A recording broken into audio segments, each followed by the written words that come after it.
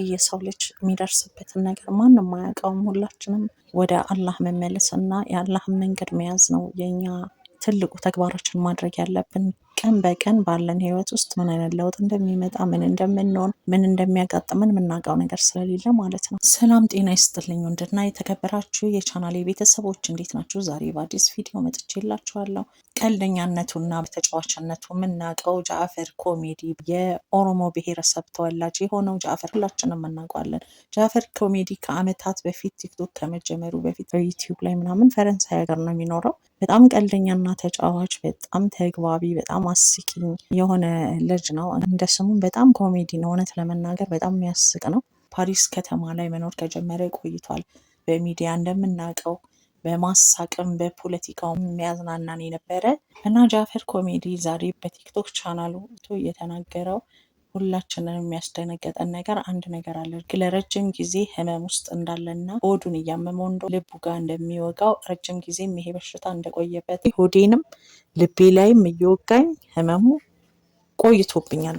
ብዙ ህክምናዎቹንም አድርጎ ህክምና ለውጥ እንደሌለው የሰውነት መቀነስን በየጊዜው እየመጣበት እንደሆነ ተናግሯል። የእውነትም ጃፈር ኮሜዲን ስናውቀው ሰውነቱ ሙሉና ደንዳና ሰው ነበር። በአሁን ሰዓት ግን ቪዲዮ በለቀቀበት ሰዓት ከታመመ በኋላ ያለው ቪዲዮ በጣም የሰውነት መቀነስና መክሳት ታይቶበታል። ጃፈር ኮሜዲ እንዳለው እንግዲህ የኢትዮጵያ ህዝብን እርዳታ ፈልጋለሁኝ፣ የኢትዮጵያ ህዝብ ከጎኔ እንዲቆም ፈልጋለሁ በማለት ነው ቪዲዮ ላይ የመጣው እና ያንንም የሚፈልገው እርዳታ ምንድን ነው? የገንዘብ እርዳታ አይደለም የጠየቀው። እኔ ለህክምና እንድታዋጡልኝ ወይንም ደግሞ እንድታሳክሙኝ ሳይሆን የምፈልገው ወደ ሀገሬ ገብቼ እናቴ ጎን መሆን ነው የምፈልገው።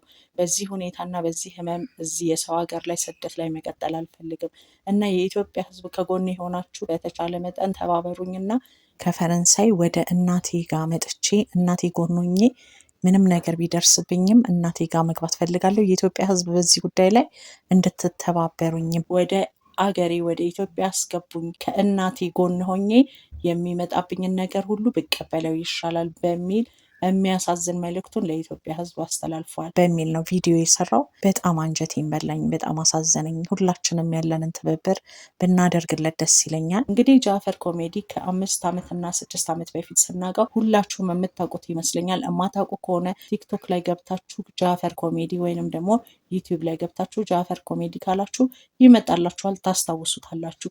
በጣም የሚያስቀንና የሚያዝናናን ልጅ ነበረ። እንግዲህ የሰው ልጅ ምን እንደሚደርስበት የምናውቀው ነገር የለም። ዛሬ ደህና ነው ሲባል ነገ ታሞ ነው የሚገኘው። ዛሬ ደህና ነው እየሄደ ነው የምንለው ሰው ደግሞ ነገ ሞቶ እናገኘዋለን። ሁላችንም በአላህ እዝነት ነው እዚች ምድር ላይ እየሄደን ያለ። እንግዲህ የጃፈር ኮሜዲ ይሄ ዜና ከደረሰኝ በኋላ አንዳንድ ነገሮችን ቲክቶክ ቻናል ለማገላበጥ ሞክሬ ነበረ። ከቅርብ ጊዜ ከረመዳን ጀምሮ ያየሁት ነገር ከ3 ወር በፊት የሰራቸውን ቪዲዮ ሳይ በቃ ራሱን ወደ መስጊድ ሰላት ለመስገድ እስልምና ላይ ምናምን ያለውን ነገር ጥንካሬውን እያሳየን ነበረ። በዛም አልሐምዱሊላህ ማሻአላህ ተባረከላ ብያለሁኝ። ምክንያቱም ሁላችንም ወደ ጥፋት እየሄድን ከጥፋት በኋላ ወደ የአላህን መንገድ የምንከተለው የሆነ ቀን ራሱ እሱ የተናገረው ንግግር አለ። ይህንን መስጊድ ረግጬ ዛሬ በዚች መስጊድ መስገዴ ለእኔ በጣም ደስተኛ ነኝ። ያንን ነገር የምታደርጉት አላህ ወደ ራሱ ሲያቀርባችሁ ነው። እንኳን መስጊድ ገብቶ መስገድን 2 ረካ መስገድን በራሱ አላህ የራሱ ሲያደርግና ሲያቀርባችሁ ከአላህ እዝነቱና ራህማው ሲመጣ ነው ብሎ ተናግሮ ነበረ።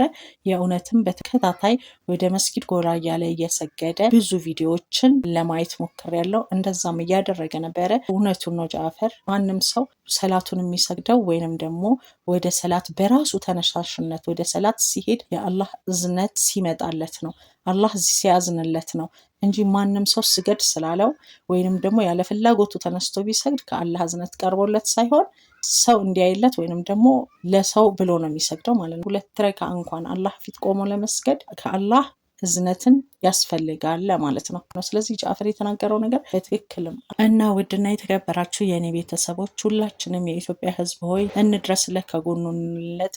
አላህ በሰላም ለሀገሩ ያብቃው፣ ከእናቱ ጋር ያገናኘው፣ ረጅም እድሜ ከጤና ጋር ይስጠው፣ አፊያውንም ይመልስለት። እናንተም ሁላችሁም ገብታችሁ በኮሜንት ላይ አላህ አፊያ ያድርገው ብላችሁ መልካም ምኞታችሁን ግለጹለት። ጃፈር ኮሜዲ አላህ አፊያ ያድርገ። ውድ ቤተሰቦቼ ስለተከታተላችሁኝ ከልብ አመሰግናለሁ። ቪዲዮን ላይክ ማድረጋችሁን እንዳትረሱ። ለዚህ ቻናል አዲስ የሆናችሁ ካላችሁ ሰብስክራይብ በማድረግ ቤተሰብ እንድትሆኑ በአክብሮት ጠይቃለሁ። እንዲሁም የደውል ምልክቷን ከነካችሁ ደግሞ አዲስ የምለቃቸው ቪዲዮዎች ወደ እናንተ በቀላሉ ይመጣል። አዳዲስ መረጃዎች ለማግኘት ከፈለጋችሁ ቻናሌን ሰብስክራይብ ማድረጋችሁን እንዳትረሱ። በሌላ ቪዲዮ ደግመን እስክንገናኝ መልካሙን ሁሉ እመኝላችኋለሁ። ወዳችኋለሁ። ባይ